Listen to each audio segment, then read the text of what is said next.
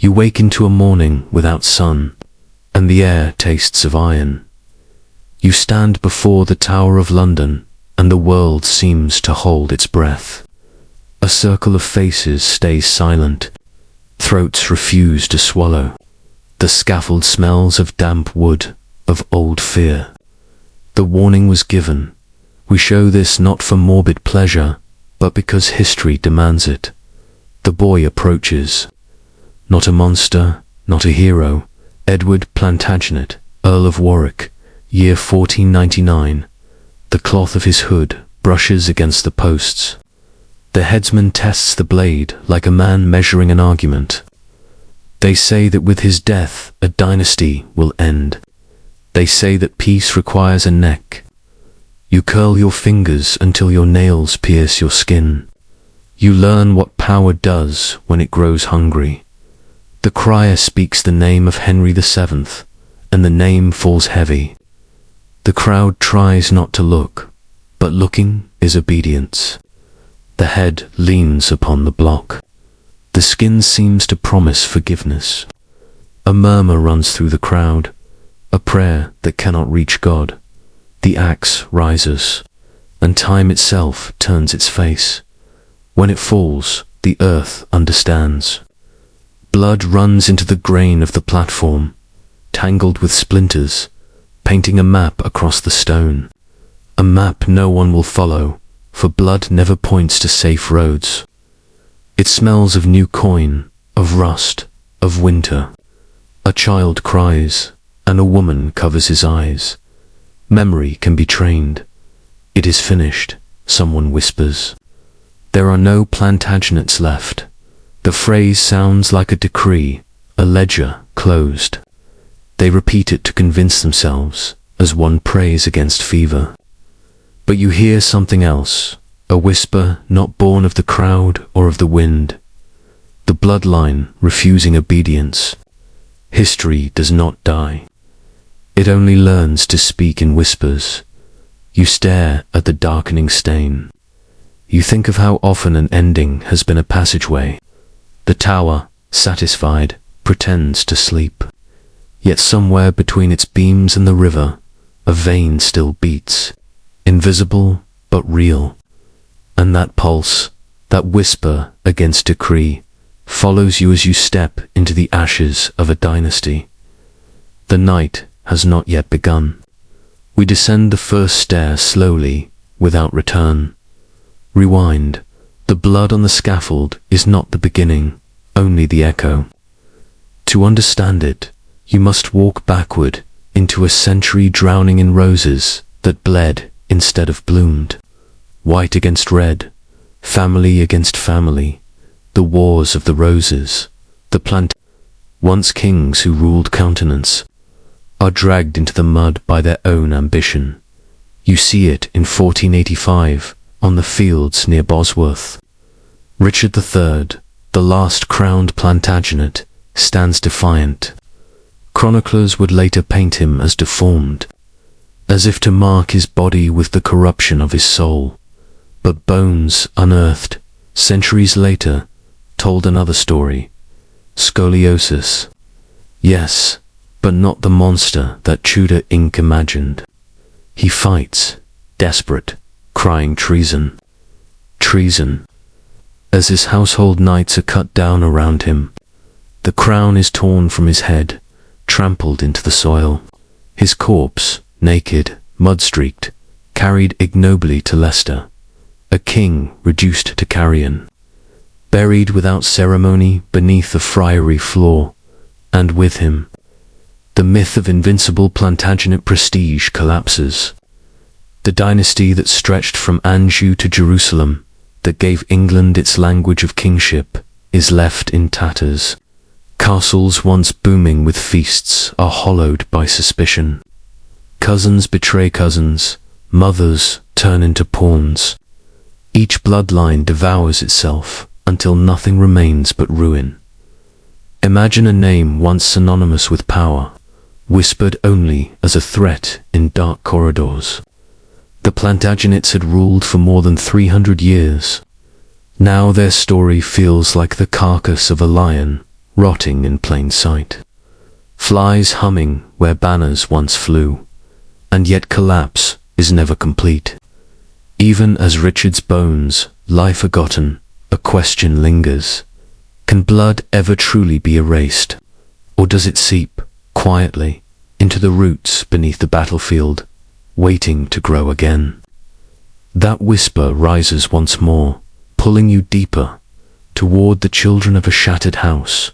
From ashes, roots still move. You follow the echo of Borsworth into parlours, monasteries, and crumbling halls where whispers survive longer than crowns.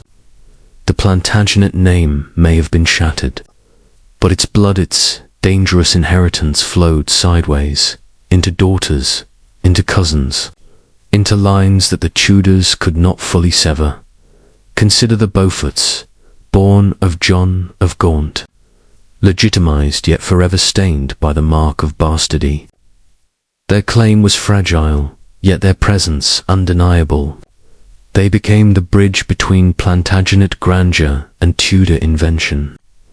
Henry VII himself was nothing more than a Beaufort descendant, clothed in fortune's disguise. A king whose throne leaned on the bones of the family he destroyed. Then there were the Poles. Through Margaret, daughter of George, Duke of Clarence, the Plantagenet bloodline pulsed into a family destined for tragedy. Her children would scatter like embers in the wind, one a cardinal in Rome, another hunted across Europe, others cut down for daring to exist. And yet the seed was planted. No axe could reach into the marrow of their survival, and the Plantagenets, proud lords of Devon, descended through Edward III's blood.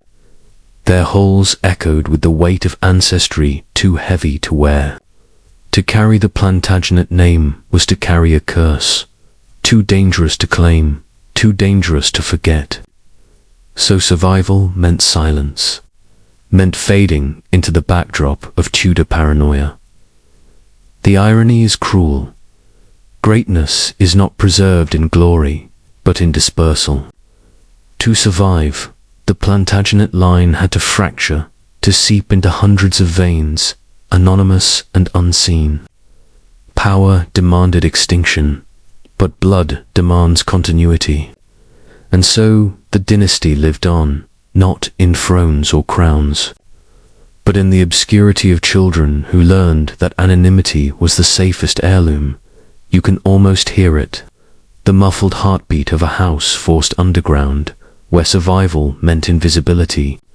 But invisibility carries its own terror because even hidden blood can be found, and even the most silent name can become a death sentence. And soon, one family would learn that lesson in the most brutal way imaginable. The whisper of survival turns to a scream in 1541. On a scaffold not unlike Warwick's Margaret Pole, Countess of Salisbury, stands at 67 years old. Noble, the last living child of George, Duke of Clarence. She carries within her the veins of Edward III, and for that alone, Henry VIII condemns her. She is no rebel. She has plotted no treason. Her crime is her blood and her son. Reginald Pole, exiled to Rome, rails against the king's divorce, against England's break from the old faith. For this defiance, Henry demands revenge. He cannot reach Reginald, so he reaches for his mother. Chroniclers write of that day with horror. The executioner, young and trembling, cannot strike cleanly. When Margaret refuses to kneel, he swings wildly. She runs, screaming prayers, as the blade hacks again and again, tearing flesh without mercy, until her body crumples in pieces. The warning was given. What you hear now is brutality remembered only because it was too grotesque to erase. Her death is not just punishment. It is theatre. It is the state proving the Plantagenet blood, even diluted, is a weapon to be broken publicly. And yet, even in this ruin, the irony persists. Her son Reginald, spared by distance, rises within the church, nearly ascending to the papacy itself.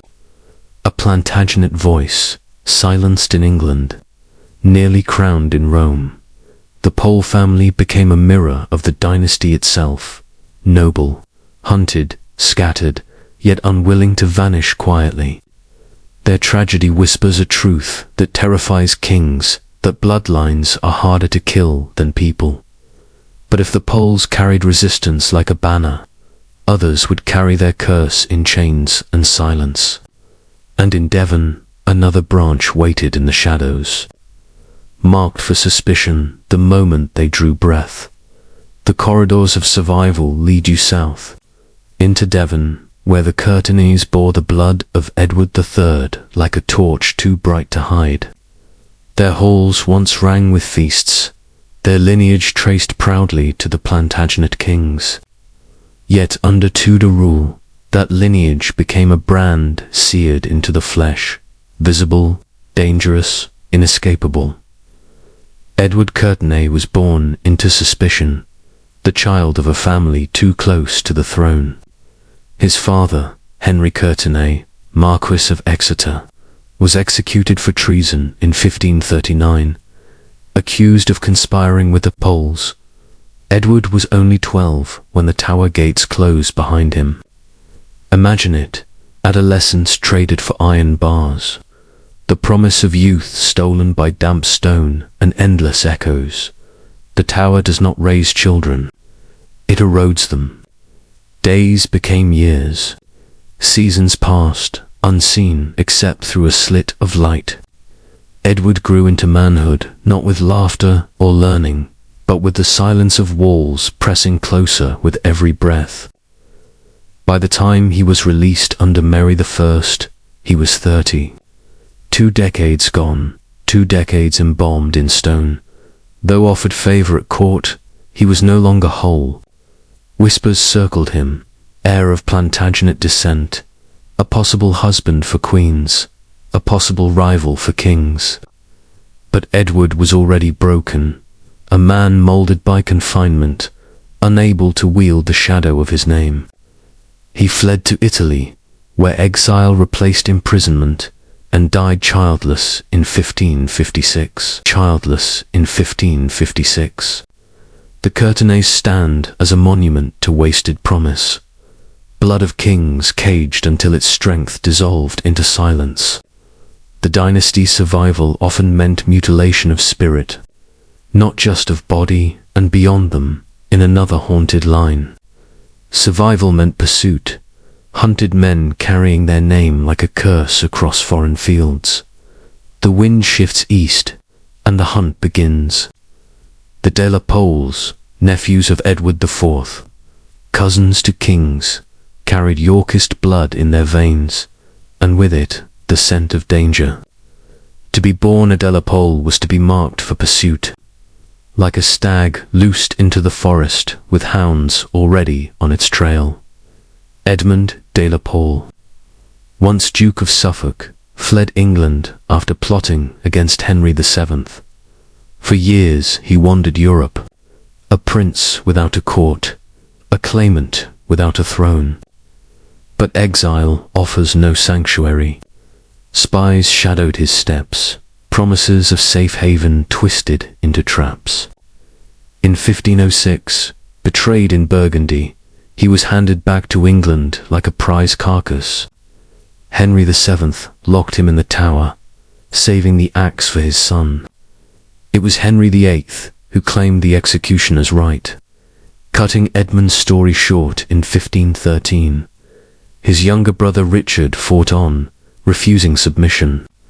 Styled the White Rose, he became a soldier of fortune, rallying enemies of England, fighting for the French crown. Chroniclers recall him on the field of Pavia in 1525, where musket fire ended him in foreign dust. No funeral in York, no monument in London, only a body discarded on alien soil. A name muttered with relief in Tudor halls. Together, Edmund and Richard embody the chase. Noble blood, turned quarry, hunted until exhausted, executed when cornered, forgotten when slain abroad. The de la Poles were erased, not only from the throne, but from memory itself, their title Duke of Suffolk, absorbed into Tudor gifts. Their line extinguished, yet their downfall left a question lingering like breath in winter.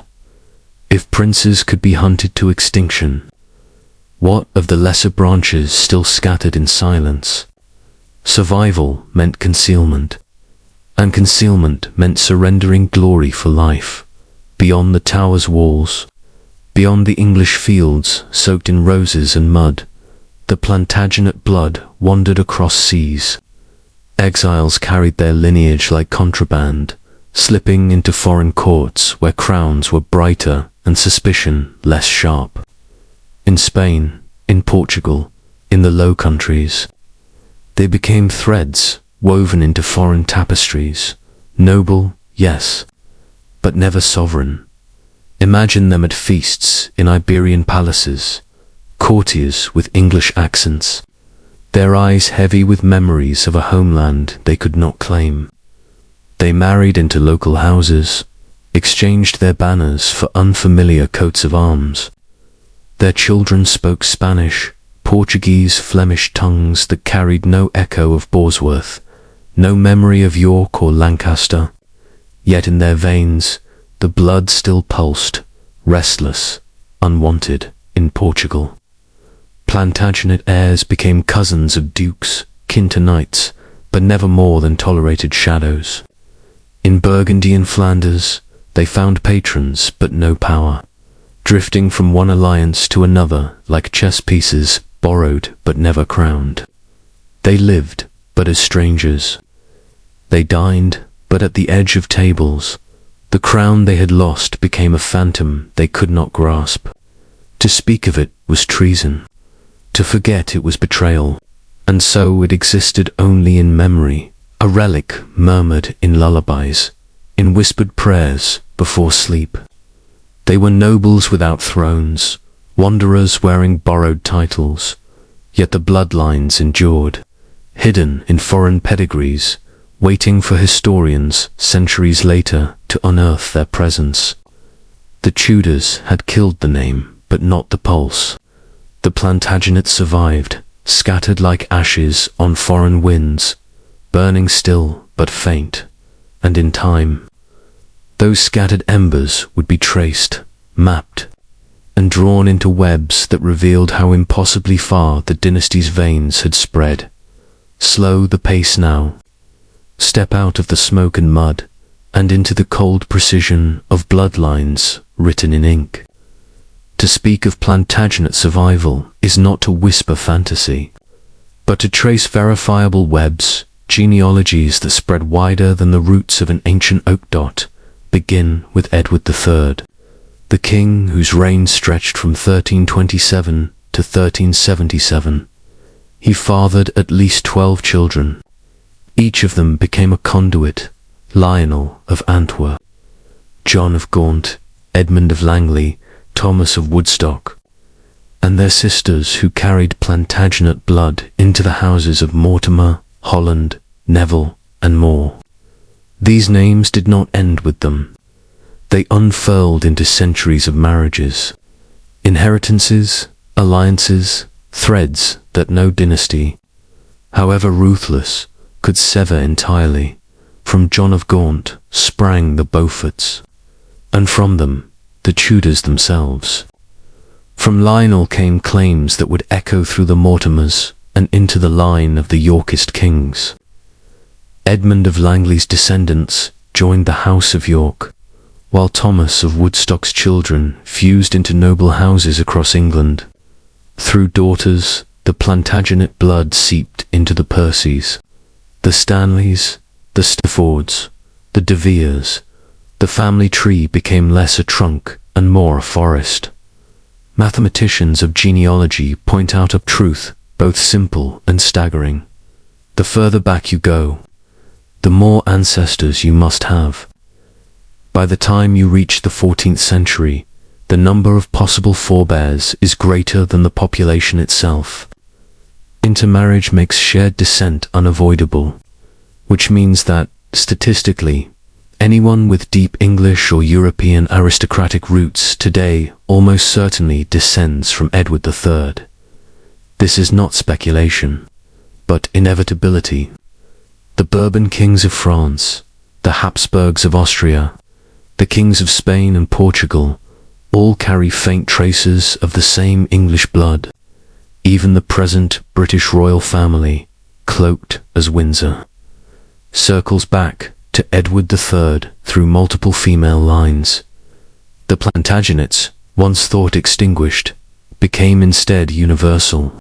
Their name could be silenced, their monuments defaced, but their blood became omnipresent, hidden in plain sight. And if their survival through paper and pedigree feels secure, remember, for the Tudors, survival was never an abstract truth. It was a nightmare, a constant fear that any cousin, anywhere, might return as a rival. The Tudors sat on thrones of velvet, but beneath the cushions they felt knives. Every cheer in a marketplace could be a signal, every whisper in a tavern a conspiracy. Their dynasty, born at Bosworth, was not secured by blood but by accident, and the shadows of the Plantagenets haunted them like ghosts that refused to stay buried. Consider Perkin Warbeck. He appeared in the 1490s claiming to be Richard of Shrewsbury, the lost prince in the Tower. To some, he was a fraud. To others, he was the rightful heir of York. The mere rumour was enough to spark uprisings in Cornwall, to gain support from foreign courts hungry to unseat Henry VII. That is the power of a ghost. It doesn't need flesh to wound. Every rebellion of the Tudor era carried the echo of Plantagenet survival. Simnel in 1487, Warbeck in 1497, the murmurs around Edmund de la Pole and his brothers. The Tudors executed, imprisoned, exiled, not because these rivals were strong, but because the dynasty itself was fragile. Fear became policy. Suspicion became ritual. Imagine ruling a kingdom where your crown feels colder each night, not because it is heavy, but because it is borrowed. Henry VII, Henry VIII, Elizabeth, all lived with that silence at their shoulders. A cousin could become an enemy. A cousin could become a king. And so Tudor England was not a reign of triumph, but of vigilance. A court ruled as much by shadows as by laws. The Plantagenets no longer commanded armies, but their memory commanded dread. And if paranoia was the cost of Tudor survival, for those who bore the blood in silence, the cost was anonymity, a life lived hidden, forgotten, erased while the Tudors trembled at phantoms. Some descendants of the Plantagenets chose a different path, survival through silence. Not every branch was cut with an axe or burned in rebellion. Some bent, bowed their heads, and lived stripped of glory, but spared of execution. Take the Hastings family, whose veins carried Edward III's legacy. Once bold allies in Yorkist courts, they learned quickly the danger of ambition. After William Hastings was executed by Richard III in 1483, his descendants kept their voices low. They served loyally, accepted titles when safe, and offered obedience when demanded. Their survival was not dramatic, but deliberate. They became part of the furniture of Tudor England, always present, never threatening. The Stanleys, too, remind us of the power of silence. Their fateful betrayal of Richard III at Bosworth delivered the crown to Henry Tudor for their reward. They kept lands, titles, and influence, but with caution. Though tied by marriage to Plantagenet lines, they cloaked themselves in loyalty to whatever monarch ruled that season. Silence, obedience, calculation. These became their armor. Imagine the halls of these families. Portraits of ancestors stared down with heavy crowns painted on their brows, while the living heirs swept those memories into locked chambers. To acknowledge their blood too loudly was to court ruin. To bury it was to breathe another day. These houses lived in the shadow of a paradox. They had the blood that could challenge a throne, but the wisdom to never unsheathe it. They traded majesty for longevity, thrones for hearths, crowns for survival. And so the Plantagenet story did not vanish only in execution squares. It also faded in drawing rooms, in quiet gardens, in families who chose to endure rather than to rule. But endurance in silence carried its own cost. Identity blurred, memory erased. And abroad, for others, exile offered the same bargain under foreign skies. Exile is not only a journey across seas, it is a descent into obscurity. For the Plantagenet blood that escaped England, survival meant surrendering crowns for anonymity, grandeur for invisibility. Those who fled did not return as kings. They returned as shadows. Some became merchants, trading cloth or grain in the markets of Antwerp or Lisbon. Once, their ancestors had commanded armies and reshaped kingdoms. Now, their heirs counted coin with calloused hands. Each piece of silver a reminder of how far the blood of Edward III had fallen. Others entered monasteries, draped in coarse habits instead of royal silks. Behind cloistered walls, the weight of their lineage was buried beneath chants and silence. Imagine a monk bending over a manuscript by candlelight, his veins carrying the memory of crusades and crowns, yet his hands stained only with ink. A few became minor courtiers, in foreign lands, ornamented pawns, in courts that tolerated them as curiosities, but never trusted them as equals. They danced at feasts, bowed in rituals, wore borrowed smiles, but the titles they carried were whispers, relics of a kingdom that no longer acknowledged them. Royal blood, once a beacon, became a burden to be hidden. To speak of ancestry too openly was to invite suspicion, exile, or worse. So they blended into new names, new trades, new prayers. Their children grew up without knowing the full danger of their heritage. The crown, once burning on their foreheads, dimmed into embers buried under generations of silence. Assimilation kept them alive, but it erased their identity. The Plantagenets, who had ruled across Europe, were reduced to ghosts, present in veins but absent in memory. Yet history has a cruel way of recalling what people forget. Across the ocean, new nations would unknowingly carry the same blood, reawakened in unexpected faces. Across the sea, where thrones were rejected and crowns cast aside, the blood of Edward III found strange new soil. The Americas were not meant for kings, yet kings walked there in fragments. Their blood carried in the veins of settlers who no longer believed in monarchies. Genealogists traced the threads with quiet astonishment. George Washington, the general who refused a crown, descends through the tangled roots of Plantagenet lines. Thomas Jefferson, the architect of independence, carries echoes of Edward III in his ancestry. Theodore Roosevelt, charging into the 20th century with a voice like thunder, is bound by the same medieval blood. Even presidents who swore oaths against monarchies could not untangle themselves from royal lineage. It is an irony sharp as broken glass. In a land founded on rebellion against kings, kingship survived invisibly, written in flesh instead of law. America may have thrown off George III, but George III's ancestors still walked silently through its leaders. Unacknowledged but undeniable. Picture Washington in the winter at Valley Forge, snow searing his boots. Did he know that the same blood ran through him that once dripped onto Bosworth's mud? Picture Jefferson writing, "All men are created equal."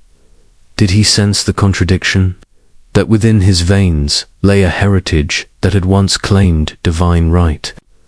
This irony is not trivial.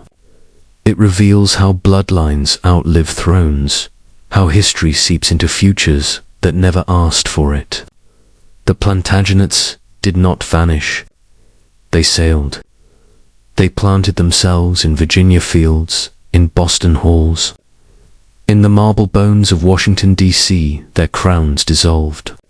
But their lineage became democratic, scattered among millions, who may never know their link to medieval kings.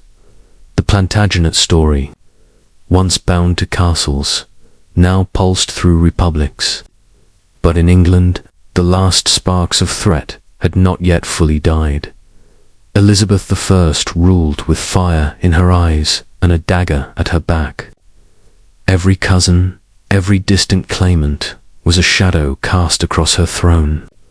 Though the Wars of the Roses were decades past, the echo of Plantagenet blood still haunted her court, fragile lines of descent that might yet bloom into rebellion. Foremost among these phantoms were the Grey sisters. Lady Jane Grey, proclaimed Queen for 9 brief days in 1553, descended through Mary Tudor and thus carried a faint trace of the Yorkist and Plantagenet legacy. Her youth and learning could not shield her. The axe fell swiftly, severing her head and the hope of her supporters. Yet her sisters, Catherine and Mary, remained fertile, marriageable, dangerous in the eyes of a queen without heirs.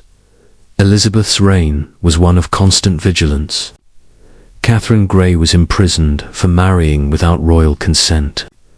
Her children, though barred from legitimacy, reminded courtiers that Plantagenet blood still pulsed beyond the Queen's reach.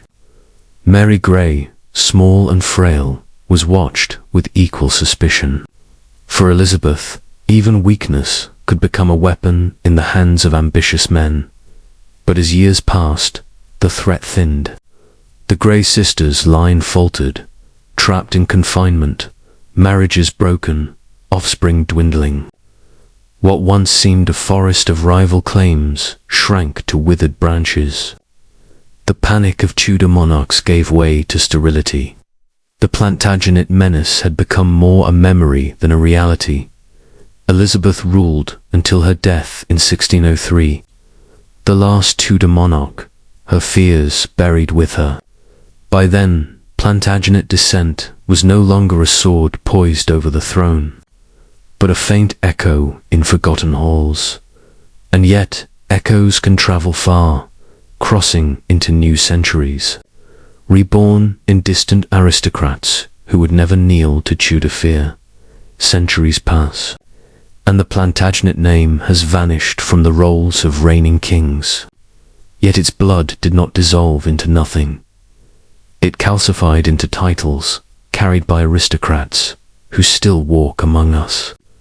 The Plantagenet claim, once drenched in war, has become a quiet inheritance whispered at family tables and genealogical charts. In England, the Dukes of Norfolk, the premier dukes of the realm, descend through the line of Thomas of Brotherton, son of Edward I, and through interwoven marriages into Edward III's blood.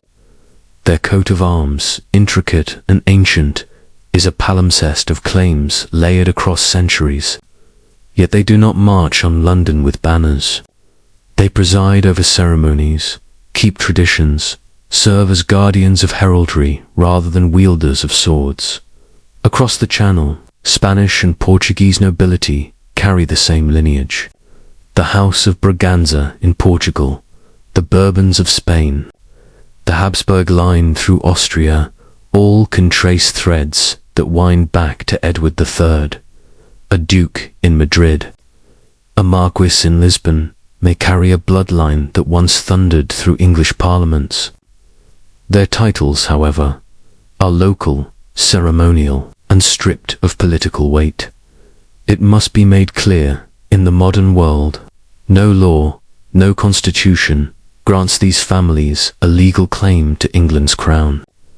The Act of Settlement, the long machinery of succession, and the centuries of monarchy have buried Plantagenet rights beneath layers of Tudor, Stuart, Hanoverian, and Windsor legitimacy. What remains is symbolic, a lineage that is history's inheritance rather than destiny's, and yet symbolism matters. For some, it is a reminder that dynasties never truly die. They metamorphose, hiding inside the veins of dukes, counts, and commoners alike. For others, it is nothing more than a curiosity, a genealogical puzzle with no bearing on power. But the irony sharpens when one realizes that even the throne itself, draped in Windsor banners, cannot escape the same ancestral roots. The story bends back on itself with cruel symmetry. The Tudors spilled oceans of blood to erase the Plantagenet threat, to silence cousins, to bury claimants beneath stone and fear. Yet look closely at the throne today, and you find the same blood they tried to extinguish beating beneath its velvet. The House of Windsor, once Saxe-Coburg and Gotha, renamed in 1917 to hide its German roots during war, is not as distant from medieval England as it pretends. Elizabeth II, Charles III, and their ancestors are all direct descendants of Edward III through multiple lines. The irony is stark. The very family that represents stability, continuity, and survival in modern Britain is bound by the same veins the Tudors once called mortal threats. Trace one line through John of Gaunt, Edward III's powerful son, whose descendants include Henry IV and the Beauforts. From there, through centuries of intermarriage, the blood trickles into Stuart and Hanoverian houses, and finally into Windsor veins. Trace another line through Lionel of Antwerp, or through Edmund of Langley, and you find yet more pathways that converge on today's monarchy. These are not remote branches, but multiple interlocking roots, reinforcing the inevitability of Plantagenet survival. It is a paradox that cuts deep. Henry VII executed Warwick to end the line. Henry VIII butchered Margaret Pole to silence it. Yet their descendants sit crowned in Westminster Abbey, celebrated as symbols of British endurance. The Plantagenets, erased in name, triumphed in blood. Picture the coronation of Elizabeth II in 1953, the Abbey ringing with choirs. Beneath the pomp, the anointing oil touched not only the heir of Windsor, but also the whispered legacy of Edward III, the Tudors' enemies. Dressed now in ermine and modern regalia, was seated securely on the throne they once sought to destroy. The irony is not gentle. It is a haunting. Dynasties collapse, names rot, but blood survives in circles too complex to sever. The Windsor crown gleams because Plantagenet blood still glows beneath it. And if even the throne could not escape this inheritance, what of the forgotten names buried in silence? Forgotten names buried in silence. The great terror of kings is not death, but erasure. And for many Plantagenet heirs, the axe was only the beginning of their disappearance.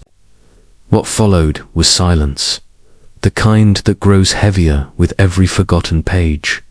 The Poles, once a family that nearly reached the papacy, are today little more than a footnote. Margaret's screams on the scaffold are remembered by chroniclers, but her name is not spoken in classrooms. Her blood dissolved into anonymity. The Courtenays who endured decades of imprisonment, who once dreamed of crowns through Edward III's descent, are remembered only by the ruins of their Devon halls. No pilgrim visits their graves. No monument tells their story. The De La Poles, hunted across Europe, once styled themselves heirs to the White Rose, yet who today recalls Edmund or Richard, except as curiosities for genealogists, their line extinguished, their names swallowed by dust. History does not kill with swords alone. It kills with silence. What was once terror becomes trivia. What was once rebellion becomes a forgotten corner of an archive. These families did not lose only power. They lost remembrance. And here lies the cruelest truth. Erasure can wound deeper than execution. Blood survives invisibly, scattered in millions of veins. But names die when no one remembers to speak them. And yet, ghosts do not vanish completely. They linger in the weight of forgotten heraldry, in cracked tombstones, in the hidden cadence of ancestry. Forgotten names still press against the glass of history, waiting for someone to notice. But if names fade, their warning does not. Their silence becomes a mirror, reflecting the futility of crowns and the fragility of memory itself. Hold the crown in your hands. It is cold, heavier than gold should be, and yet it feels empty, as though the metal remembers heads it has outlived. The Plantagenets wore it for centuries, and still it slipped through their fingers like smoke. What remains now is not a dynasty, but a ghost wearing the mask of authority. Power has always been fragile theatre. The crown was never truly a guarantee of legitimacy. It was a symbol, a story told loudly enough that people believed it. When the story faltered, swords filled the silence. But once the swords fell quiet, only the myth remained, the idea that certain blood held destiny, that certain names held eternity. You feel it when you walk through ruined halls, when your eyes rest on empty thrones preserved in museums. The crown whispers, but not to glorify. It whispers to remind you that it outlives all who dare to wear it. Kings believed it sanctified them. History reveals it devoured them. The Plantagenets are gone, yet the crown they fought for survives as a phantom. It lingers in Shakespeare's lines, in genealogical charts, in the silent awe of Westminster Abbey. It is no longer a weight of governance, but of memory, a relic of how people once surrendered their lives to symbols. Touch it, and your skin grows cold. You realize that crowns are not treasures, but traps. They promise eternity, but deliver silence. They cling to myth, not to mercy. The Plantagenet legacy is not the blood that survived, nor the names that were erased. It is the ghost of the crown itself, a hollow reminder that power is only ever borrowed, never owned. And ghosts, once awakened, do not rest. Betrayal is the marrow of the Plantagenet story. Their dynasty was not only undone by swords in open fields, but by knives slipped quietly between ribs at feasts, by whispered oaths broken in the dark. It was not merely enemies who destroyed them. It was brothers, sisters, cousins, devouring one another in a banquet of blood. Think of George, Duke of Clarence, drowning not in battle but in a butt of mumsy wine, executed on the order of his own brother, Edward IV. Legend or truth, the image endures. A brother killing a brother, the family wine turned into a coffin. Or recall Richard III, seizing the crown by declaring his nephews illegitimate, locking the boy princes in the tower, and leaving the world to wonder if their disappearance was fratricide disguised as justice. Even the wars of the Roses themselves were not wars of nations, but of cousins Lancaster against York, Beaufort against Neville, Plantagenet against Plantagenet. Each banner bore the same ancestral root, yet each treated kinship as a weapon. Betrayal was not the exception. It was the rule. This is dynastic cannibalism, a house so consumed with keeping power that it fed upon itself. Every broken alliance, every severed bond, carved away pieces of the dynasty until nothing remained but hollow branches. Shakespeare may have gilded the tragedy, but the records show the same truth.